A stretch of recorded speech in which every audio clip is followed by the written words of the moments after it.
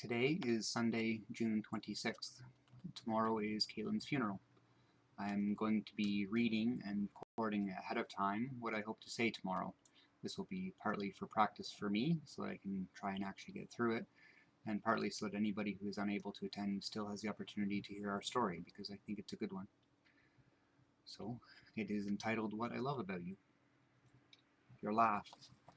Quiet at first, almost like it was escaping in spite of itself. Your hugs. They were never long enough. Especially as Atticus began to push his way between us to make sure to leave room for Jesus. I love your sense of humor. We could share any laugh. Some of it dark, some of it pure joy, some of it off color, most of it stress relieving. Funny things the boys were doing, stupid things that I was doing. I love your cooking. You had mastered pan mush. It was a specialty. You were learning the art of 1 meat, 1 carb, and 2 vegetables. You knew everything that I liked. You had taken pains to learn how to cook all of it.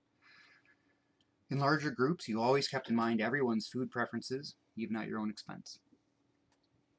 Our shared love of finger foods, from all-you-can-eat wings to all-in-all-apps dinner to New Year's charcuterie boards. I love your presence. Nobody could comfort like you. The boys always knew who to go to for a back rub, a scalp scratch, or a cool cloth. I love that you could sunbathe while the boys played in the back, laying out that full wicker mat and some snacks, just to enjoy the day and watch the boys play. It always turned a ho-hum day into a perfect day. I love that you fought me on makeup. I preferred you without. You stood strong in that the little bit that you did was for you, and you alone.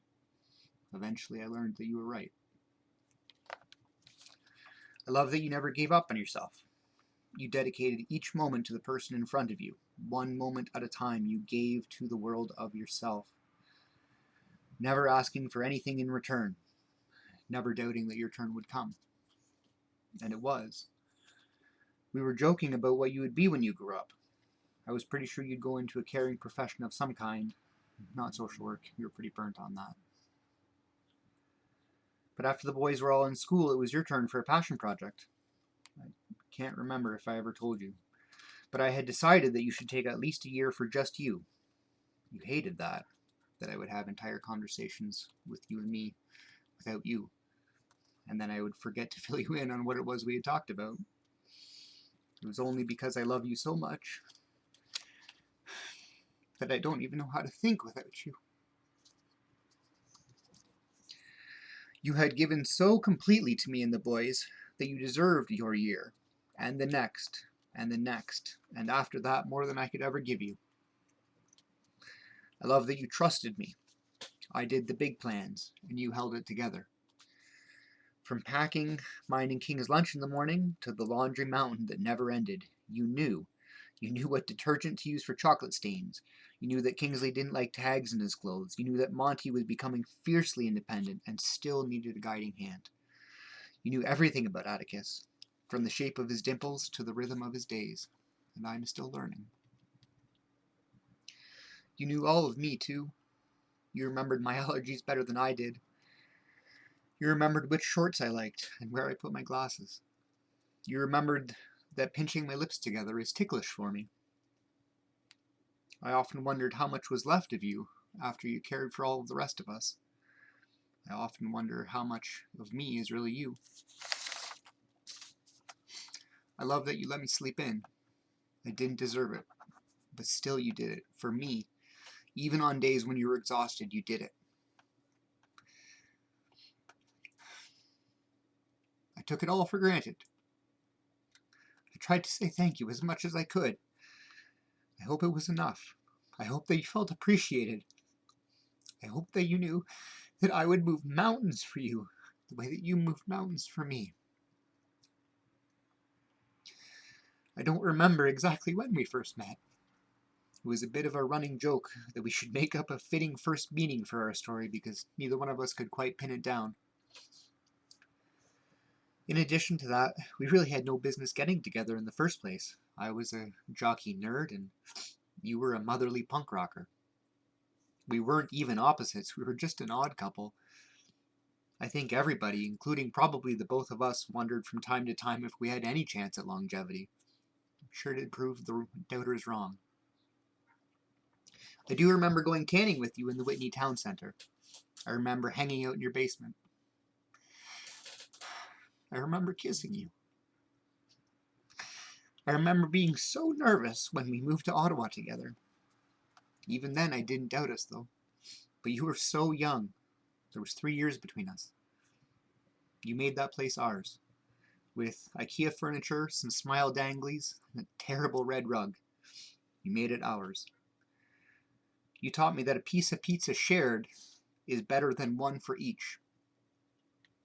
Mediterranean vegetable pizza from Pizza Pizza wasn't even that good.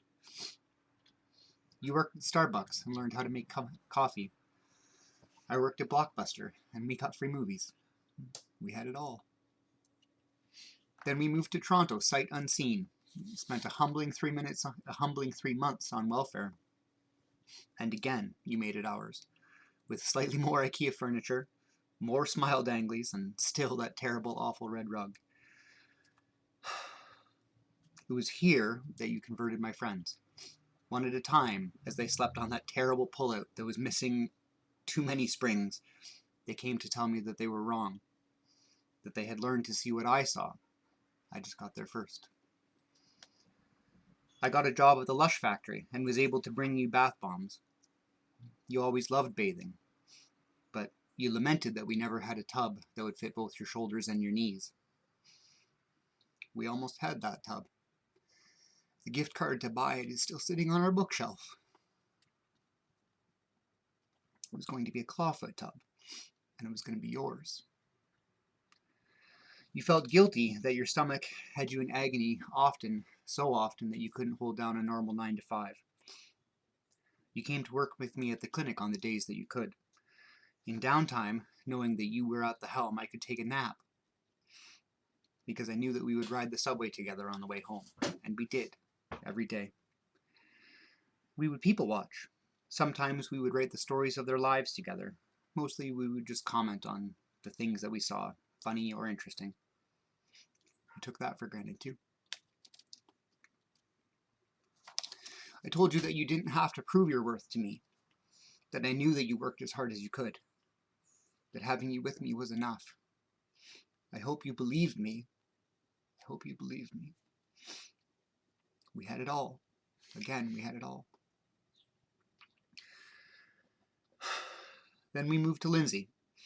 You went to work, and I spent almost a year as a house husband. I never quite measured up to your standard, but I tried, and you thanked me for it. We got married. That was a killer party. I hope you felt as beautiful as you looked. We danced to the Mario Kart love song. You picked it because it was nerdy, and because it was pretty, and that was us. You made it work on a shoestring budget. We had a lot of help, but you brought it all together. You let me pick the flowers for the centerpieces. I remember that you were surprised that I had any input at all. It was a bit of a constant that you would ask and I would deflect. You would say, "Is this shirt nice?" And I would say, "It looks like a shirt." It took a while, but I think I finally convinced you that it wasn't that I didn't care. It was that I loved every choice you ever made, and you made them better than me. You got pregnant. You were always convinced it happened in Niagara Falls. I was not. But whether or not it did happen in Niagara, that was our special place. I'm so happy we made it back there this year with the boys. I'm so happy that we decided to take proof of mom photos, just in case something happens. We moved in December of 2017, a week before Christmas. You managed to carve out a nook to set up the tree and put out the presents. You said it was important that we got some nice pictures. Pictures to remember it by, to show that even in the middle of chaos, we could pull it together. That became our de facto mantra. Controlled chaos, heavy on the chaos. This time, there was less IKEA, no smile danglies, and I convinced you to throw out that terrible red rug.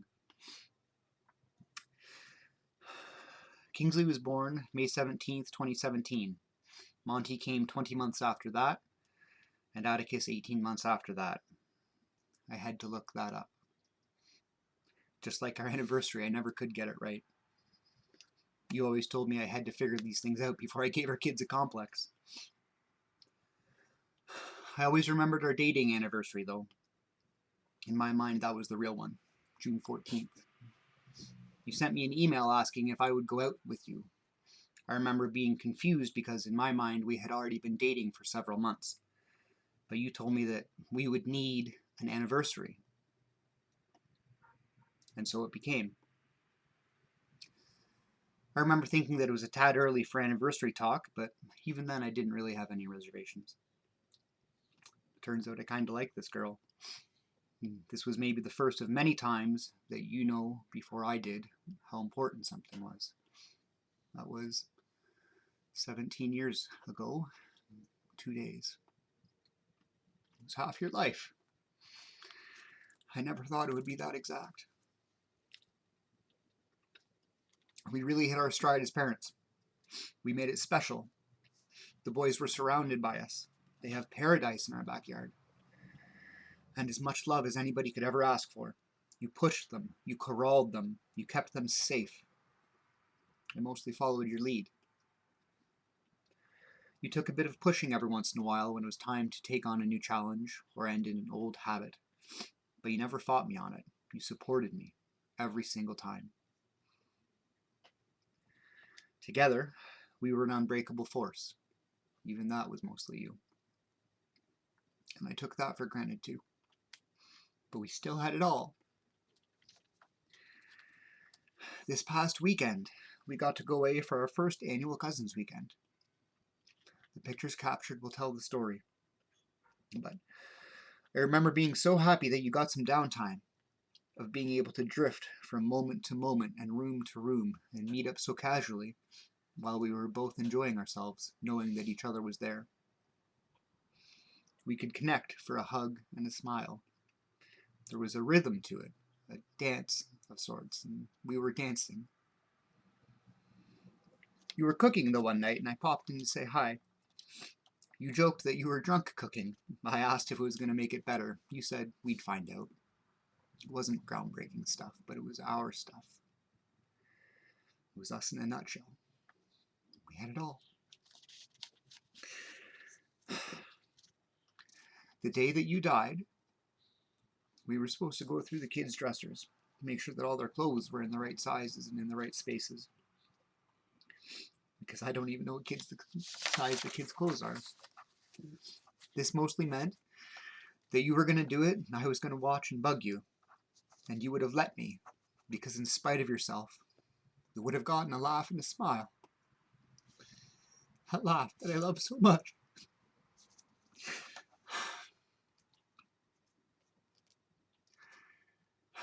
This isn't our entire story, but it's enough for now. I'm terrified that I will forget parts of it. I know that I will. To say that I'm a better person having known you doesn't tell the half of it. I'm not even sure who I am without you. I'd give anything for one more smile, one more laugh, one more hug, and one more kiss. I miss you so much, and I love you. My pretty girl, I love you.